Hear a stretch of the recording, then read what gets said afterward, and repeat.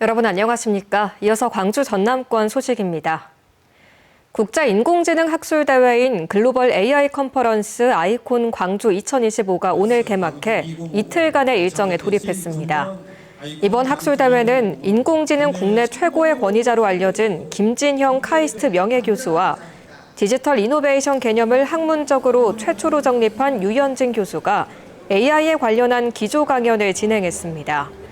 또 학술대회와 동시에 개최되는 AI 테크 플러스 2025에선 45개 기업, 75개 부스가 마련돼 다양한 분야의 인공지능 기술이 전시되고 있습니다.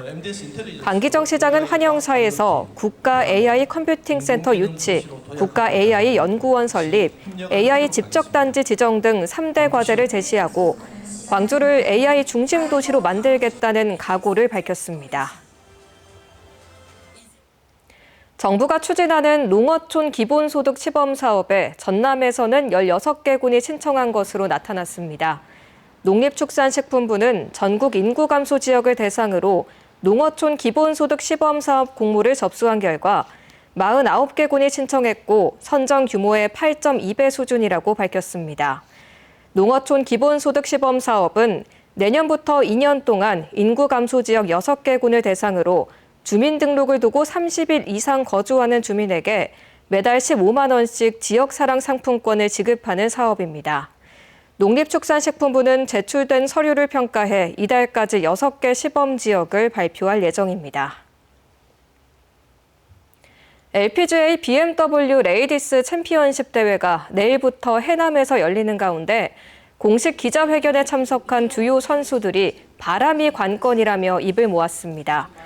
오늘 해남 파인비치를 찾은 김효주, 윤이나 한나그린 등 선수 6명은 코스 관리가 잘 돼 있고 굉장히 아름다운 장소지만 바람이 변수가 될 수 있을 것 같다며 대회 마지막 날까지 준비를 마쳐 최선의 모습을 보이겠다고 밝혔습니다. 해남군 파인비치에서 열리는 LPGA BMW 레이디스 챔피언십에서는 세계 랭킹 상위권 선수 등 79명이 열띤 경합을 펼칠 예정입니다. 광주시의 대중교통비 지원 정책인 광주 G패스를 시행한 이후 대중교통 이용이 증가한 것으로 나타났습니다. 광주시가 올해 1월 G패스를 시행한 이후 지난 8월까지의 이용객 현황을 조사한 결과 대중교통 이용 건수는 총 8,100만여 건으로 지난해 같은 기간에 비해 1.8% 증가했습니다. 또 월 1회 이상 대중교통을 이용한 이용객은 720만 명으로 지난해보다 2.4% 늘었습니다. 광주 G패스는 대중교통 요금을 어린이는 무료, 청소년은 반값으로 할인하고 성인은 정부의 K패스와 연계해 요금의 일부를 환급해주는 정책입니다. 의사 정원을 채우지 못한 공공지역의료기관이 전남에 가장 많은 것으로 집계됐습니다.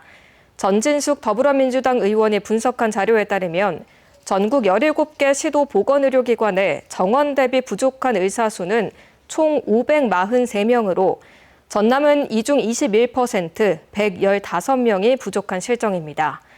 의사가 한 명도 재직하지 않은 보건소, 보건의료원, 보건지소도 전남에만 126곳이나 되는 것으로 확인돼 경북의 127곳 다음으로 전국에서 많았습니다. 전 의원은 윤석열 정부의 의정 갈등이 지역 필수 의료 사업 공백으로 이어졌다고 지적했습니다. 광주 지역의 경우 성장성이 높은 산업의 대출을 늘리고 정책 지원을 강화해야 한다는 연구 결과가 나왔습니다. 한국은행 광주 전남본부는 지난 2023년 광주 기업대출 총액이 8년 전보다 약 70% 증가했고 그 증가액 중 30%가량이 부동산업에 집중됐다며 이 같은 연구 결과를 오늘 발표했습니다.